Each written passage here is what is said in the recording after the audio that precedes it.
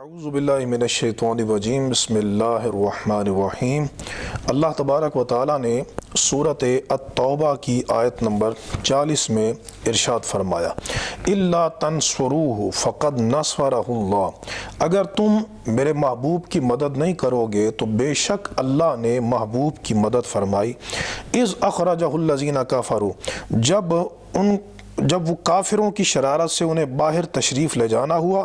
ثانی اثنین، صرف دو جان سے، جب وہ دونوں، اذ ہما فی الغار، جب وہ دونوں غار میں تھے،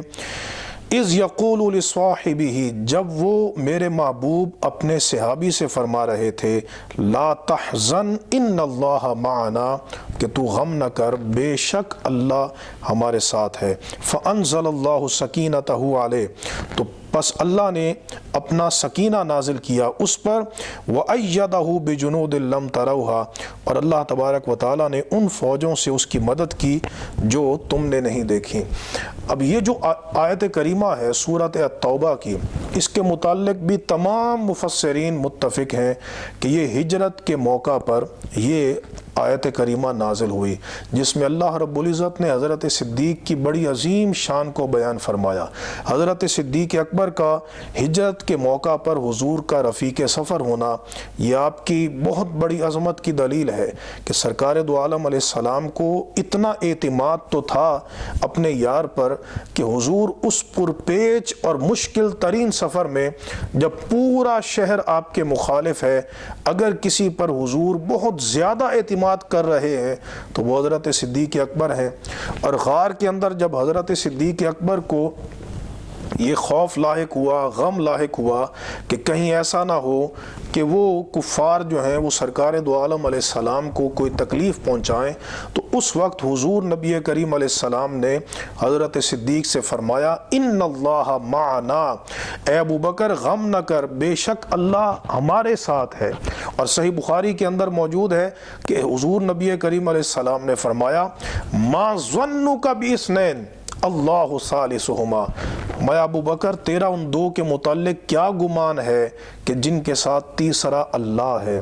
تو یہاں حضرت صدیق اکبر کی بہت بڑی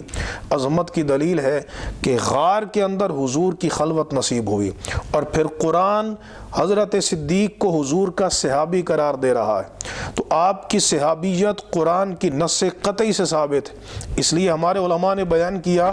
کہ جو حضرت ابوبکر صدیق کی صحابیت کا انکار کرے گا وہ دائرہ اسلام سے خارج ہے، چونکہ وہ قرآن کی نص قطعی کا منکر ہے۔ اور آپ کو صحابی خاص طور پر اس لیے فرمایا، اس لیے کہ نبی کریم علیہ السلام کی جس قدر صحبت حضرت ابوبکر صدیق کو ملی ہے، اتنی صحبت پوری امت میں کسی کو نہیں ملی۔ آپ اعلان نبوت سے پہلے کے حضور کے ساتھی ہیں، اعلان نبوت کے بعد مکہ کی 13 سال کی مشکل ترین جو زندگی تھی سرکار علیہ السلام کی، اس زندگی میں بھی حضرت صدیق اکبر حضور کے ساتھ رہے، حضور کا ساتھ نہیں چھوڑا، اور سفر ہجرت میں غار ثور میں حضور کے ساتھ رہے۔ مدینہ شریف میں جتنی جنگیں ہوئیں ان تمام جنگوں میں حضرت ابوبکر صدیق حضور کے ساتھ ہے، اور پھر سرکار کی مائیت میں پنجگانہ نماز ادا کرتے ہیں۔ بلکہ ایک روایت میں ہے کہ نبی کریم علیہ السلام آپ دوپہر کو، رات کو حضرت صدیق کے گھر تشریف لے کر آتے، اور کبھی حضرت صدیق و فاروق سرکار کے پاس رات گئے تک تنہائی میں بیٹھے رہتے اور حضور کے ساتھ راز و نیاز کی باتیں ہوتی۔ پھر آج تک قبر انور میں حضور کے ساتھی ہیں، کوئی فصل نہیں ہے حضرت صدیق کی قبر اور سرکار علیہ السلام کی قبر میں، قیامت تک رہیں گے۔ اور حضور فرماتے ہیں کذالک نبعث یوم القیامہ، ہم قیامت کے دن اس طرح اٹھیں گے کہ میرے ساتھ ابو بکر صدیق ہوں گے اور فاروق اعظم ہوں گے۔ اور حضور نے فرمایا انت صاحبی علی الحوض، سنن الترمذی کی حدیث ہے، ابو بکر تو حوض کوثر پہ بھی میرا ساتھی ہے۔ تو چونکہ تمام صحابہ کرام میں سب سے زیادہ حضور نبی کریم علیہ السلام کی معیت، صحبت، سنگت اور رفاقت حضرت ابوبکر صدیق کو میسر ہے، اس لیے قرآن آپ کی صفت حضور کا صحابی ہونے کے ساتھ بیان فرما رہا ہے، اور کتنی بڑی بات ہے، ان اللہ معنا، بے شک اللہ ہم دونوں کے ساتھ ہے۔ جو حضور نبی کریم علیہ السلام کو معیت میسر ہے، اللہ تبارک و تعالیٰ کی بارگاہ میں حضور کے طفیل بالتبع اس معیت کا فیض حضرت صدیق کو بھی ملا۔ کتنی عظیم یہ مجلس ہے کہ جس مجلس میں نبی کریم علیہ السلام موجود ہیں،